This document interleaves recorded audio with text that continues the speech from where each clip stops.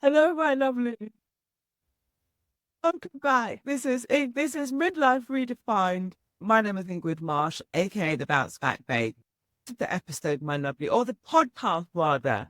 Start getting things right than that. This is the podcast, my lovely, that invites you to come back home to your original, authentic, juicy, actually that. Be your one of yourself, my lovely, and start to live the life that you really want to live, because that is where ultimate joy and fulfillment comes from. So on this particular episode, it is already a controversial one. I realized that when I put the trailer out. And this particular episode, I'm asking the question, or I'm exploring the question, is Gen Z, now these are guys who use the pronouns he, she, they, and so forth, are they pushing the boundary a bit? Or are they bad? And the reason the topic is important, my darling, is now I'm a wellness show at its core. But if you cannot live life as authentic, you will become it. Okay? But this has caused a lot of conflict. The parents and the midlifers are absolutely kicking off on this one. It's like, come on, guys, it's simple. You know, your genitals tell you, you're the male or female. What is this nonsense? And Gen Z are saying, but we don't feel like it. We don't feel like it. We're not going to fit in those two boxes. We're not going to live in bondage, these two boxes like our parents. In fact, our life won't be in bondage like our parents. Yeah, we are going to live life that to set. And I'm asking the question, my darling, because people have said this. This is the year or the era, should I say, of authenticity. And either just being the authentic selves. Or has this got just a little bit, really? And then for me, what I think is happening is that Gen Z, the kids are not prepared to wear shoes that don't fit. You know, I spoke to people of my own age group and they've said to me things like, you're comfortable being uncomfortable. And I've never got my head around it. How could uncomfortable ever feel comfortable? Right? That is that. I wear a size 7 shoe, but I've got to fit into a size 4. Maybe just maybe the Gen Z are saying, it's kicking off those shoes that don't fit. And we have created a world with a new energy that suits us. That works because we don't want to be not being authentic. Yeah, this is peer pressure. The world has gone crazy. This is simple. You're either male or female. Your genitals tell you so. It's not being authentic. So today's show is simply asking the question, is Gen Z pushing the boundaries just a little bit? Are they in fact? So you fantastic. Hey, what did you discuss? Let's play.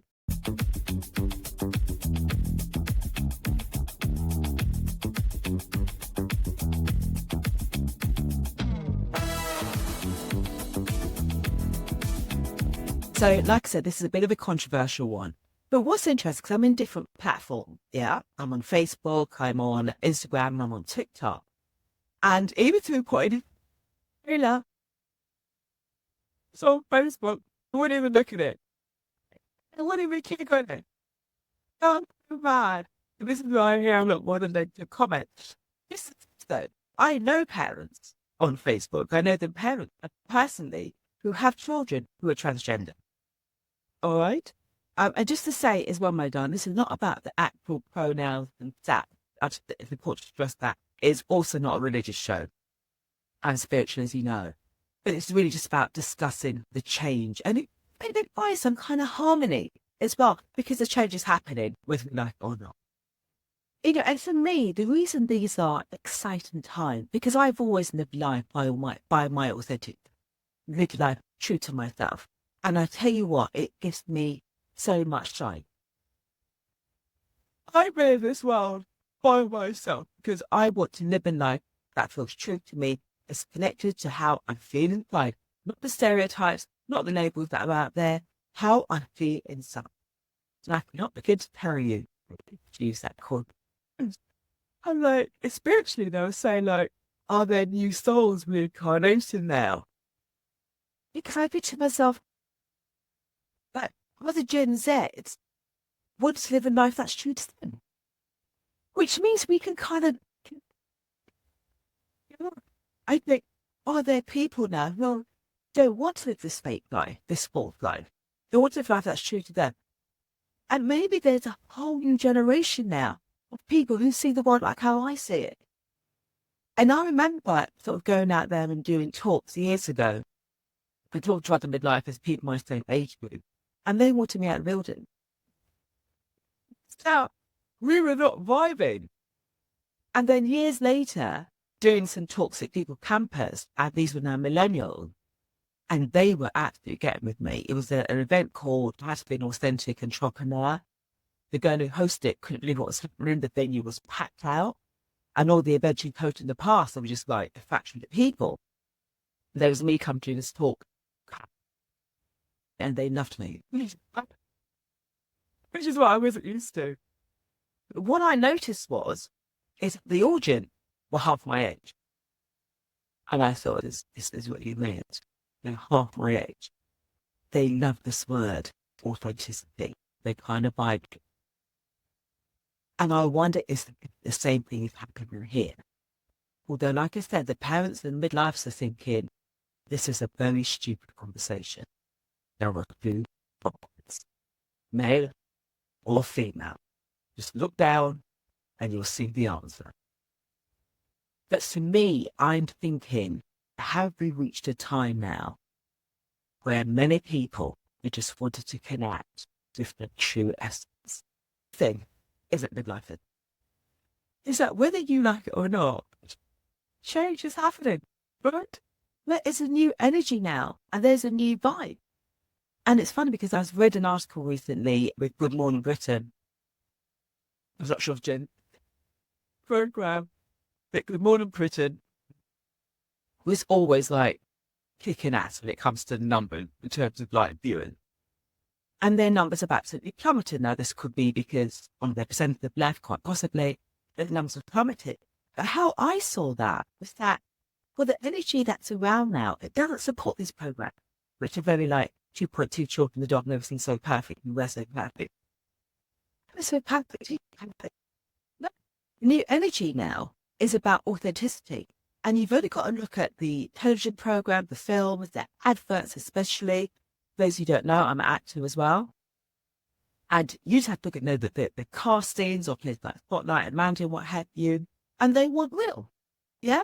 And once upon a time, and for those who've been, in the industry a long time, they will tell you, I've got white friends who tell me that once upon a time you have to be that stereotypical white girl, blonde hair, size 0, asymmetrical features. Now, they want real. They want people of colour. They want gay. They want transgenders. They want a broad spectrum of people who correspond, I should say, to the current energy. So life is changing, whether you like it or not. Whether you want to think about it or say, this is world, this is life. It's changing. This reminds me of and Airbnb.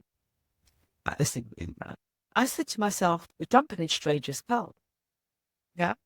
Airbnb. We're sneaking in strangers' houses. Now, in my day, this would be unheard of. What do you mean you get in a car? Private car of your next door neighbour or someone just around the corner. This is unheard of. But now it's the norm. And I remember when Uber first came out, and taxi drivers were absolutely kicking it. They were barricades, they were strikes, they were blocking the roads. Change was coming. Remember they liked it or not? I know hotels weren't too keen on the whole Airbnb idea, but the change came. And now, those of you who know the transition know now that it's something that seems normal.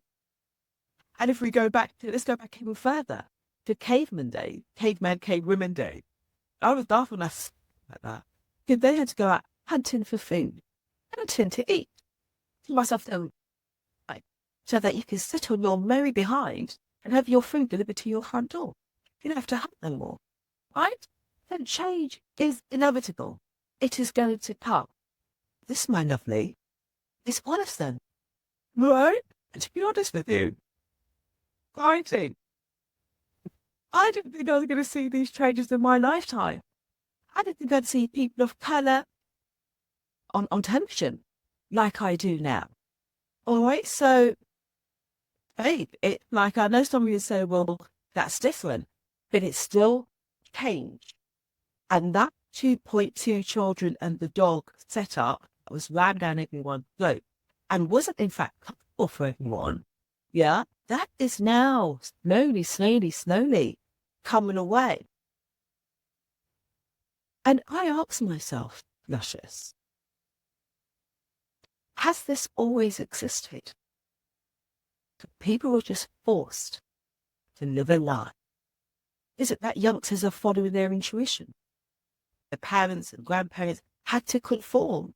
And you had to conform and in order to get on.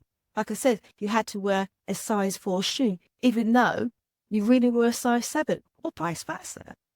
You were a size 7, but were forced to wear a size 4 to wear a shoe. Just not felt different to how they felt inside. And this is perhaps Jane Bed's way of living their. Can we beat people off? The parents are also thinking, is this a fad? Is this peer pressure? Is this a trend? This stuff is being rammed down our throats now. We're seeing men and women kissing on TV and all the rest of it. Are they creating this new environment, this new energy? Yeah? Is it not normal? And people are creating this by pushing it through the mediums, the television, the newspaper, and social media, what have you. The current situation, a person identified as male when they were born, they feel more comfortable, more one of themselves, expressing themselves through wearing dresses, through wearing makeup, through painting their nails. This is how they feel at one. And on saying that reminds me of a short film I would then now share it as well. It was called Luke, chapter 6, verses 37. Which those of you who don't actually read the judge. It's really challenging for me to play this role because I like to be true to my roles. I like to be authentic and be real in my roles and really be in role. I don't keep pretending malarkey. But this was a challenge for me because I had to be certain out. Oh, I did not with me. But what I loved about the film, it was written and directed by a young black guy called Ramon Jones. And what's wonderful about that, it wasn't like a stereotypical film for young men, but it did address the issue. And it was a Christian mother, devout Christian, and she was able to pick out a piece from the Bible that says this was an abomination. Her son was there, and her daughter was young and pregnant, teenage pregnancy. Her son painted his nails, and I mean, it was killing her. This was totally against her values, against her culture, against what she believed was right, and it's tearing her apart. So the question you have to ask is, are parents struggling to move with the time? Is there a way to create some kind of harmony between these two groups? I'm sure in many cases the parents do love their children. For them it will be challenging as well among their peer group who'd be like, we're just not used to this. You know what I mean? It is challenging for the parents to be like, why are you not normal? This is really challenging for parents and their family at large. How do I explain this to my family when I go back home?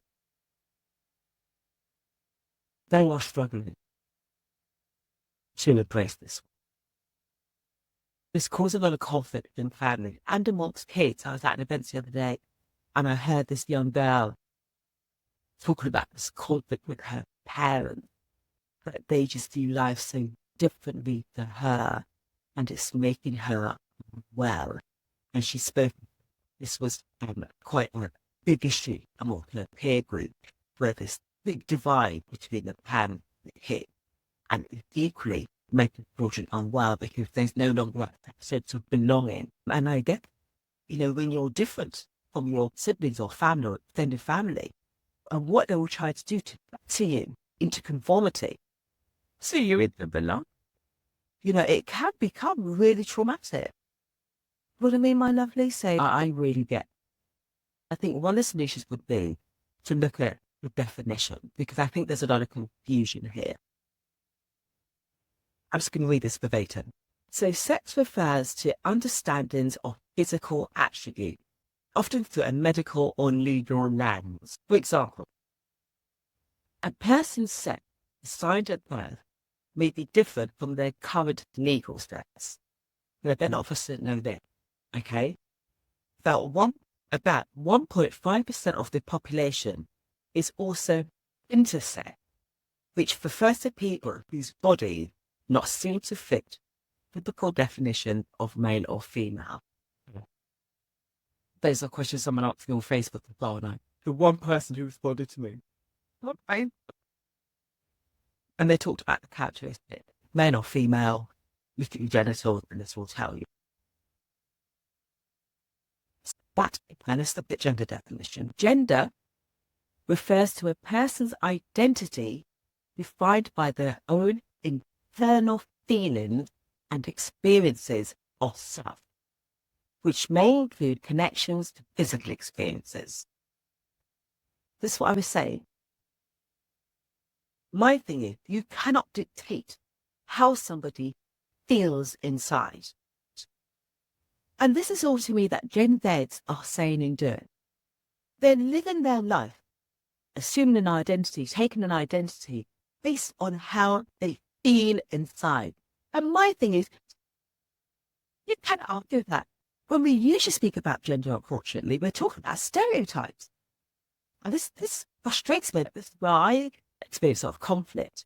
Keep saying, you're black, you're a woman, you're midlife, you're single, my brother. And they attach these stereotypes to me. And I don't fit those stereotypes. Okay? And I live my life true to myself. And it may or may not fit those labels of black, woman, midlife, single mother, or whatever labels you want to pierce into my forehead like I'm some cow. Pierce these labels to my forehead. How I inside doesn't relate to those labels. So why should I live in life according to those stereotypes? I'm not doing it. It would make me feel unhappy. It would make me unwell. And of course I experience sort of ostracization, abuse, and antagonization and brutality. It's horrific because I won't live by those laws. And this is what these guys are doing here. They're not denying what sex they were assigned at birth. Denying, yeah, I was assigned female at birth. I was assigned man at birth. This is my identity, and that is a spectrum. It may be man, it may be female, it may be most, it may be none of them. And that is how they feel inside. How can anyone argue with that? That's what I don't understand. I want you to be how you feel inside. Inside is far more beautiful. I love reels. We just get along. Fine. Breathe on. For me, all my life, there's been this criteria for being normal. And it's pretty limited. You only have to be a black person in this country, and it's even more limited. And you best fit into it. And if you don't, my lovely, you will be shamed. And you'll be called names. And you become the other group. And our egos, we love our other. We love our other group. Okay? This is our group, and they're that. And we body them and vilify them and tear them apart.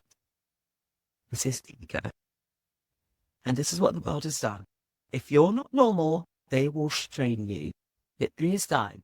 Like I did, it's like, shame away, my lovely. I am going to live my dream. Okay, so as for the kids, the Gen, how can we create more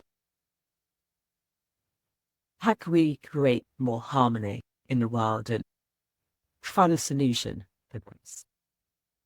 My darlings, for the Gen Z, you're going to have to be patient. Okay? Change takes a long time. Change is not easy. Oh, it's squelching. And you have to be patient. You know, you have someone like myself. I will never mean to misgender someone because I don't ever want to disrespect someone. But even I get in the office. It's like, big time, fine. Like, what does this one mean? What does that one mean? And bear in mind, you know, these pronouns are in flux, you know? And misgendering is when you give someone the wrong gender. And that's like calling someone by the wrong name as worked to describe them. It could be very offensive. I would never mean to misgender someone. It's like, right? Yeah. They're thinking, Christ, get outside. So, you know, be patient and help to educate us. All right? Those who don't mean to misgender you, who've got it wrong, help us to help you. All right, Scrumptious? So change is easy. You know, and the more you become an adult, the more you just act on habit. You know, 90% of our action are subconscious. 90%. We're just on autopilot. And you're asking people to change that. It doesn't happen overnight. Okay, lashes, that does take time. If you find yourself in like a debate and that situation, like someone's shouting, don't act to fury. Yeah, learn mindfulness, learn to be still and let that might be a parent or relative or something like that, okay? Don't act to fury. If they're being autocratic about it, that's for you to it. Like, just do smart with it. And we could do a lot more of that when we do workshops and course panicking, cool, diffuse the situation. It's changing. And you too, Gen Z, well, you could face challenges when you're parent or when you're older. It might be that your child's best friend is a robot. You'd be like, why have you not got their mates? How do you have a mate? Why have you got a robot as a friend? We had a mate got a robot, Danny. At home. Come home every day, child is cleaned, fed, happy as Larry. And your kids be like, you must have it. And they'll be complaining to their mate. We're getting a bashing, aren't we? Because we're using robots. Like, it doesn't go. And by then, midlife is even the dead. I'll be like, to die. Can't be the world now. Can't be the world we're living in. And to parent, my lovely. I'm a mum myself. You know, it's very difficult letting our children go, that them to be free and to be who they are. That's very, very challenging. But they're not our product. You know, we have to raise them, show them right and wrong in terms of, you know, manners and what have you. It's not for us to enforce our identity, our blueprint onto them. We've got to let that out and figure out nice balance. And if you believe in your heart of heart that this is peer pressure, this is not really your child, but you have to know that it's out. And after that, my son, you want to take control of this and take control of that, and you cannot. You have to get and learn that. The only way to learn is by falling and get in the world and discover this for themselves. It's the only way to truly learn something. I imagine what happened here sometimes. Parents are taking this on themselves. Like, you know, this is me. This is something that I've done wrong. And for the kind of terminology I've had. If you're on the opposite side, I know the friend who is telling me of her sister, where her success is her children. Her children have got the jobs, and she sees that down as her. You know, this is my accomplishment. My children are doctors, lawyers, what have you. It is my accomplishment. And I hear that in terms of, you know, I've navigated my son's educational success type thing.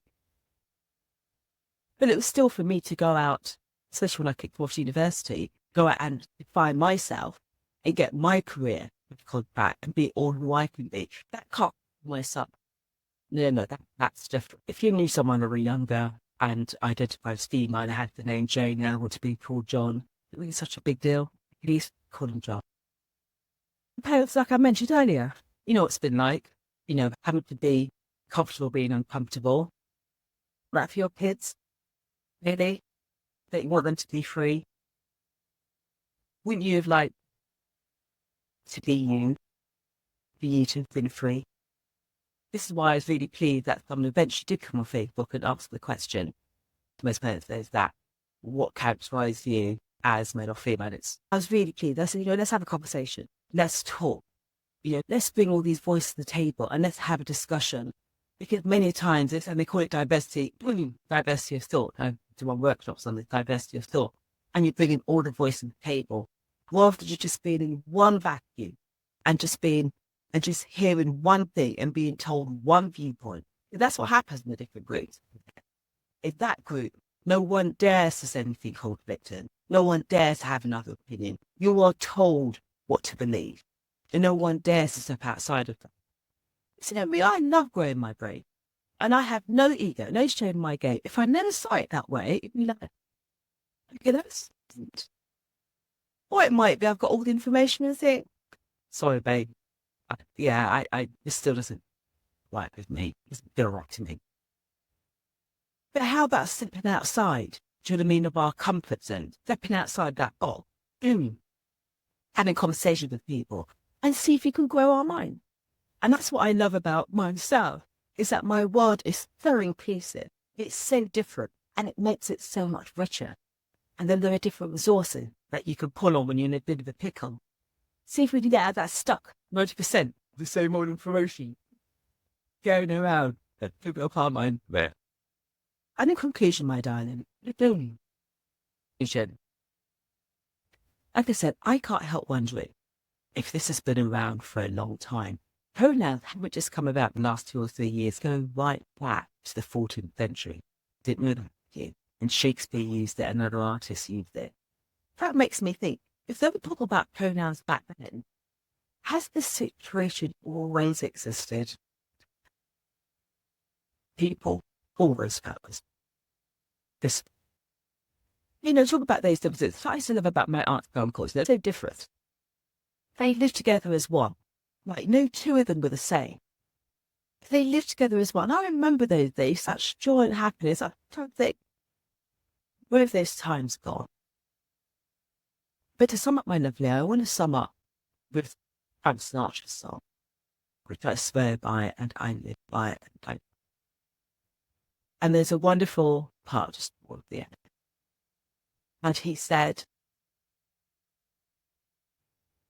what is a man? What has he got? If not himself, then he has not, which means nothing. To say the words one truly feels, but not the words of one who lives. I did it. If you cannot be yourself, then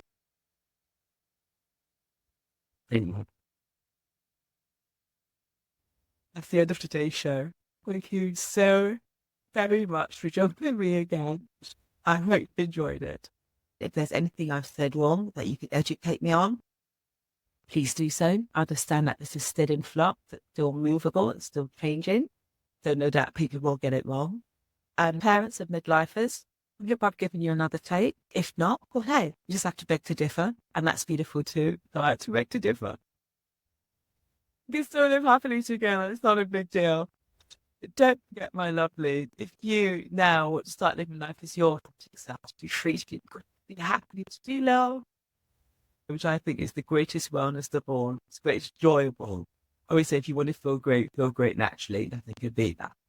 Do remember, my lovely, to subscribe, follow, like, share, download. Then Ingrid Marsh about that, but bounce back, girl, and I love you.